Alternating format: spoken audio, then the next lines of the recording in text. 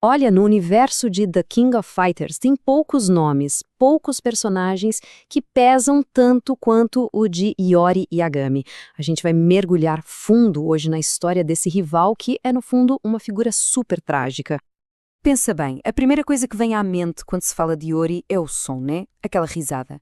Uma risada meio maníaca, que não dá para confundir. E não é só um som qualquer, sabe? É quase uma declaração de guerra. É o aviso do caos que ele carrega ali, dentro dele. Virou a marca registrada e é por aí que a gente começa a entender quem ele é. Mas, e toda essa agressividade, essa postura sempre ameaçadora, de onde é que vem tudo isso? O que será que alimenta um ódio tão profundo? Porque por trás daquela fachada toda tem uma história muito mais complexa. Uma história de maldição, de um conflito que acontece dentro dele. É exatamente isso que a gente vai desvendar agora. Vamos lá. Para a gente entender essa figura complexa, a gente tem que voltar lá para o comecinho. A forma como o Iori foi introduzido no universo de KOF não foi por acaso. Foi tudo pensado para causar um impacto, sabe? Um impacto imediato e que ficasse na memória. Então, quando o Iori aparece pela primeira vez lá em KOF 95, ele já é colocado logo de cara como o grande rival do Kyoko Sanagi. Só que basta olhar para os dois, lado a lado, para sacar que aquilo ali não é uma simples competição, não é uma briga de torneio. É uma coisa muito, mas muito mais profunda. É um conflito que vem de gerações, uma coisa antiga, quase predestinada, sabe? Maior do que eles dois. E para entender por que esse confronto era inevitável, bom, a gente precisa voltar bastante no tempo. Lá na origem de toda essa escuridão que define o Iori. Ok. Essa linha do tempo aqui basicamente resume a origem de tudo. Séculos. Séculos antes dos jogos, o clã do Iori, o Jiagami, fez um pacto. Um pacto com uma entidade bem maligna, o tal do Orochi. E o que eles ganharam com isso? Poder. Mas, em troca, eles traíram seus aliados, os Kusanagi, e o pior, condenaram a própria família a uma maldição. E essa maldição, esse poder imenso, foi passando de pai para filho, de geração em geração, até chegar ao confronto que a gente vê em KOF 95. O ponto é, o Iori não escolheu nada disso. Ele nasceu no meio desse furacão. Bom, essa herança toda sombria não definiu só o destino dele, né? Moldou a mente, a psique dele também. Então agora, vamos tentar olhar um pouco para dentro da cabeça do Iori. Quando a gente pensa no Iori, o que vem na cabeça? Instabilidade, agressividade. Ele é um cara isolado. Mas o mais importante é entender o motivo disso tudo.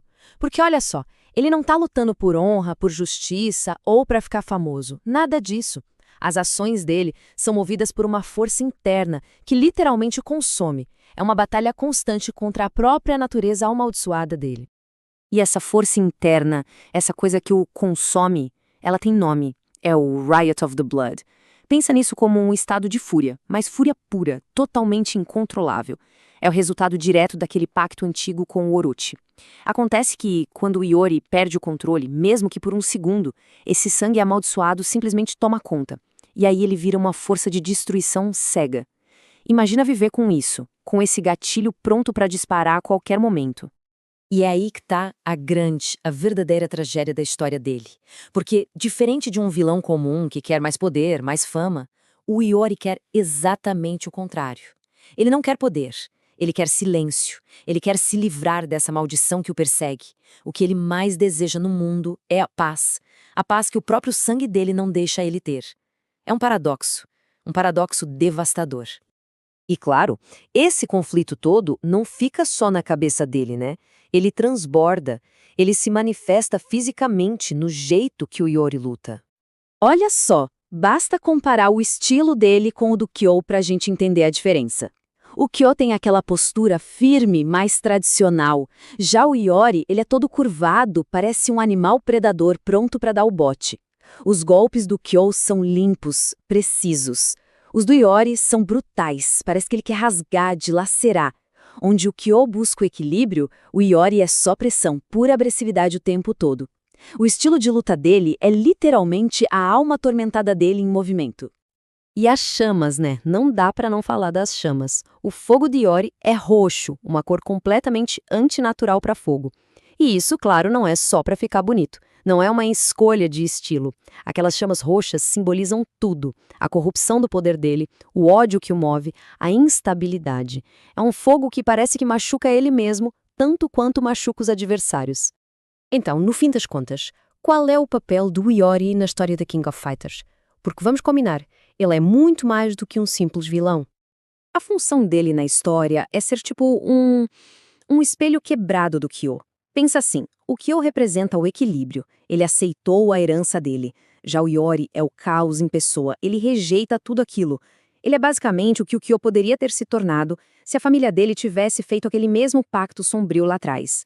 E é essa dualidade, esse contraste, que é um dos pilares que faz a história de KOF ser tão boa. Por isso que a identidade do Iori não cabe nessas caixinhas de herói ou vilão. Ele não é nem uma coisa nem outra. Ele é uma figura trágica, um anti-herói que está preso a um destino do qual ele simplesmente não consegue escapar. A verdadeira batalha dele não é contra os outros lutadores, não é contra o mundo, é contra a maldição que corre no próprio sangue dele. A popularidade imensa do Iori, o impacto que ele tem até hoje, isso faz a gente pensar, né? O que atrai tanto em personagens assim, tão complexos? A história dele toda levanta uma questão bem fascinante no final das contas. Será que a profundidade de uma tragédia pode definir mais um personagem do que qualquer vitória que ele possa ter?